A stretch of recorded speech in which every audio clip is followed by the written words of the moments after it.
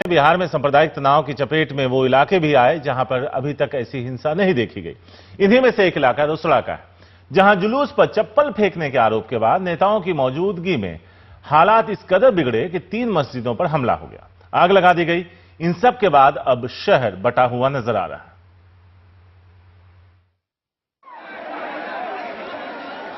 पटना से तकरीबन 4 घंटे की दूरी पर समस्तीपुर का रोसड़ा हिंसा से जल उठा। जब दुर्गा विसर्जन का जुलूस कस्बे से जा रहा था,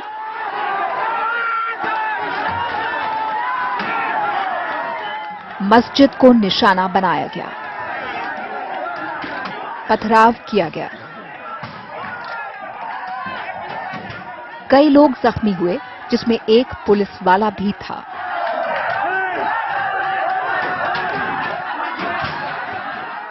रोसड़ा में इससे पहले सांप्रदायिक हिंसा नहीं रिपोर्ट हुई है, तो इस बार ऐसा क्या हुआ कि सांप्रदायिक हिंसा इस एरिया में हुई? हिंदू बिरादरी के मुताबिक तकरीबन 200 लोगों का दुर्गा विसर्जन जुलूस एक मस्जिद के पास से जा रहा था, तभी उन पर एक चप्पल आकर गिरी। दुर्गा माँ की प्रतिमा भसने के लिए, चैती दुर्गा माँ की प्रतिमा हम लोग भसाने के लिए जा रहे थे। सारा समाज था, यहाँ का सारा नागरिक था। उसमें मस्जिद के पास प्रतिमा आने के बाद मस्जिद पर से चप्पल फेंक दिया माँ का मुंह पे। उस पे जो है हिंदू लोग बोला, जो भाई ऐसा क्यों किया, चप्पल क्यों फेंका? तो कहा चप्पल फेंके तो क्या होगा, 75 को तू हिंदू पूजा करेगा। और वो लोग झंझट करने के लिए तैयार हो गया। तो सभी हिंदू जो है बर्दाश्त करके, जो है प्रशासन को खबर करके और बर्दाश्त करके जो है माता प्रतिमा ले जा करके भसा दिया। वो शायद जो है लोगों का कहना मुंह अफवाह हुआ कि किसी ने चप्पल फेंका, देखा किसी ने नहीं, जिसकी जांच होनी चाहिए थी, सामाजिक स्तर से हो या प्रशासनिक स्तर से हो। लेकिन उसके बाद वहां पे जो भी हुआ, सभी दोनों समुदाय के बीच में जो है आपसी समझौता करा करके मूर्ति बढ़ा दी गई विसर्जन के लिए, मामला खत्म हो गया। जो हम लोगों को या समाज में किसी को पता नहीं चली, जस्ट मस्जिद के नजदीक की घटना है। उसके बाद से जो है कल के सुबह में अचानक से जो है कुछ 25-50 की संख्या में जो है स्थानीय टाइप के जो है, जो भी मतलब बजरंग दल से जुड़े लोग थे, वो लोग आ गए और जाम ताम करने लगे। आपको कैसे पता वो बजरंग दल से जुड़े हुए थे?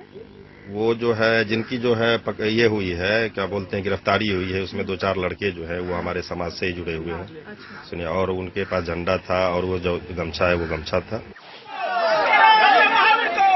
इस वीडियो में एक स्थानीय बीजेपी सदस्य और किसान मोर्चा के नेता को भीड़ को उकसाते हुए देखा जा सकता है। नेताओं की मौजूदगी से मामला बिगड़ा।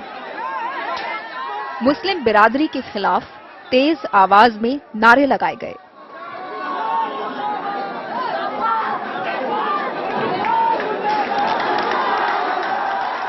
तिरंगा फहराने के लिए एक शख्स को मस्जिद पर चढ़ते देखा जा सकता है।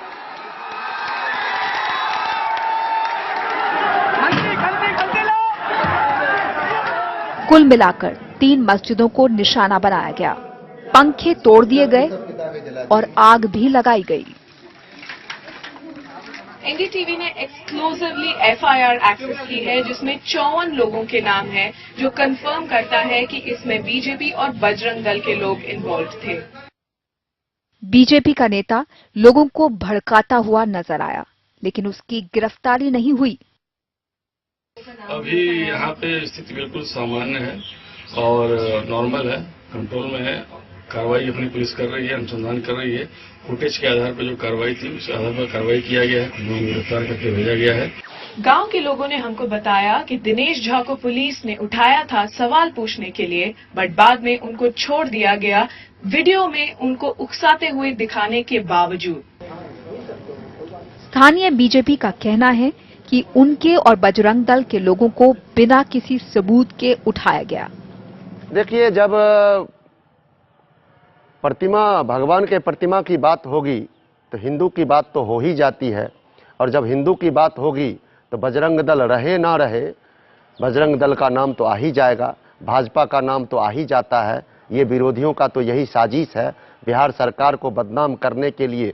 पर्व त्योहार का समय है तो भगवाधारी तो रहेंगे, ध्वजा तो रहेगा। इसमें से लगभग अगर 54 की संख्या है तो 10 लोग बीजेपी के हैं, बाकी पढ़ने वाले विद्यार्थी हैं। पुलिस गश्ती दल के लोगों ने हमको बताया कि एक नाबालिग बच्चे को चप्पल फेंकने के लिए उठाया गया और बाद में छोड़ दिया गया। वरिष्ठ पुलिस अधिकारियों ने इस बात की पुष्टि नहीं करी, बट उस लड़के और उसके परिवार वालों को अब इस विलेज में नहीं पाया गया। रोसड़ा में अभी तनाव है।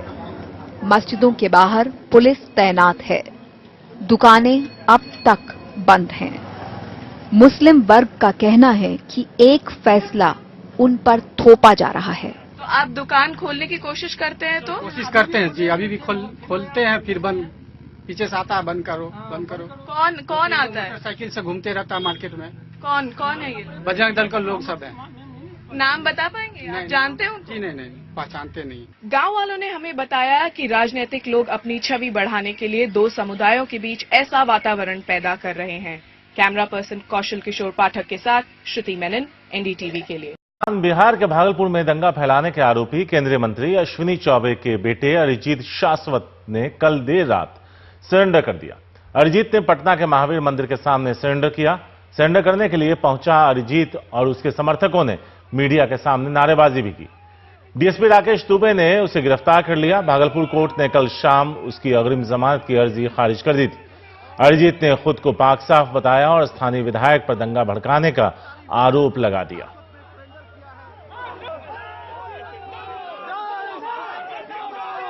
एक ही बात जानता हूं कि अगर भागलपुर में जो गतिविधि 10 दिनों की रही है, वहां के विधायक जो शर्मा जी हैं उनका टेलीफोन कॉल जांच करवा लीजिए, कौन दंगाई है वो आपको मालूम चल जाएगा। पूरे जगह हम लोग चेकिंग और सर्विलांस हम लोग किए हुए थे और उसी का फल है कि अरिजीत शाश्वत गिरफ्तार हुए हैं, सरेंडर किए हैं। गिरफ्तार हुए हैं। वो तो बोल रहे थे सरेंडर किए हैं। अब वो क्या कर रहे हैं हम नहीं कर रहे हैं।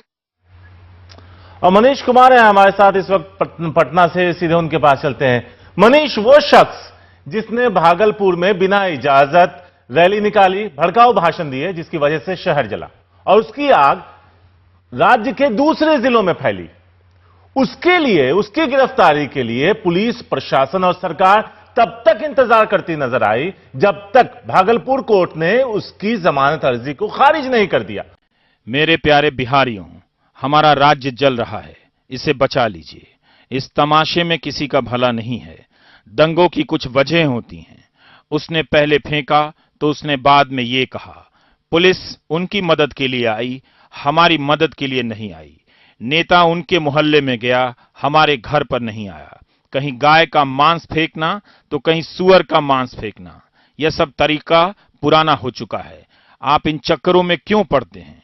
कई जिलों से तनाव की खबरें आ रही हैं। इन नेताओं के चक्कर में अपना भाईचारा मत गंवाइए। ये आएंगे और जाएंगे, मगर आपको अपने शहर में रहना है। निकलिए चौराहों पर, पड़ोसी का दरवाजा खटखटाइए, आवाज दीजिए कि आप दंगों की इस मानसिकता के खिलाफ हैं। आप हिंदू हों या मुसलमान, थाना, पुलिस और मंदिर मस्जिद कर कहीं नहीं पहुंचेंगे। आपके बच्चों पर मुकदमे हो जाएंगे, आप पर हो जाएंगे। पुलिस की किताब में घर घर में दंगों के आरोपी हो जाएंगे और आपके नकली गुस्से का लाभ उठाकर ये नेता ऐश करेंगे। इनसे सावधान रहिए। किसी ने कुछ भी किया है तो उसे माफ कर दीजिए। सत्ता फेल हो चुकी है। उसके पास आपसे किए गए वादों को लेकर आंखें मिलाने की लाज और हिम्मत नहीं बची है। वो नहीं आ सकते हैं चीखते हुए कि देखो ये वादा किया था, वो निभा दिया है। उन्हें दंगों की लपटों से उठते हुए धुएं का बहाना चाहिए ताकि उसकी आड़ में छिपकर आपका वोट ले जाएं। घर आपका जल रहा होगा, ताज उनके सिर पर चमक रहा होगा। इसके खिलाफ या उसके खिलाफ आपके तर्क सही होंगे, मगर आपसी बहस को नफरत में मत बदलने दीजिए। खूब गिला शिकवा निकालिए, मगर दुकानों को मत जलाइए। किसी पर पत्थर मत फेंकिए, किसी की जान मत लीजिए। आप देखिए आपके कॉलेजों की क्या हालत है। लाखों छात्रों का बीए नहीं हो रहा, किसी की इंजीनियरिंग नहीं हो रही, किसी की नौकरी नहीं मिल रही है। और बहुत चालाकी से ये नेता आप नौजवानों को हिंदू और मुसलमान में उलझा चुके हैं। आपको दंगाई बनाया जा रहा है। आप चाहे हिंदू हों या मुसलमान हों, दंगाई बनने से रोकिए खुद को। मुकदमे वापस लीजिए और गले मिल जाइए। आप एक अच्छे नागरिक हैं। अब भी वक्त है कि अपने गुस्से से वापस लौट आने का। अब भी वक्त है वहीं छोड़कर गले मिल जाने का। नेता आपका घर जला रहा है तो आप कहां हैं? बिहार कहां है? आप लोग बाहर निकलिए, इस राज्य को बचा लीजिए। नेताओं को अब सशक्त वोटर नहीं चाहिए, उन्हें दंगों में उलझा हुआ वोटर चाहिए जो उनके वादों का हिसाब न पूछे बल्कि अपनी किसी अनजान सुरक्षा के लिए निर्भर हो जाए। उम्मीद है आप खुद को समझाने का एक मौका देंगे, खुद को दंगाई बनाने का कोई मौका नहीं देंगे। आपका रवीश कुमार।